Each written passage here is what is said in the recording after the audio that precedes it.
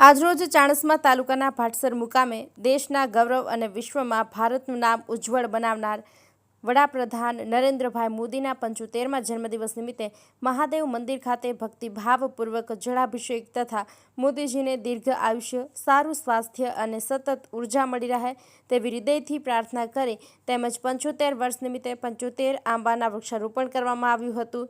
આ પ્રસંગે તાલુકા ભાજપ પ્રમુખ કિરણ જાની, વાલી દેસાઈ રાજુભાઈ, સરપંચ પ્રજાપતિ મનહરભાઈ દેસાઈ, ડાયાભાઈ પ્રવીણભાઈ, ચંદુભાઈ, મુકેશભાઈ, હરેશભાઈ ચૌધરી, રણછોડભાઈ, શૈલેષભાઈ, ગામના સરપંચ, સિનિયર આગેવાનો, યુવાનો, કાર્યકરો, સંગઠનના હોદ્દેદારો તેમજ બહોળી સંખ્યામાં ભક્તો ઉપસ્થિત રહ્યા હતા।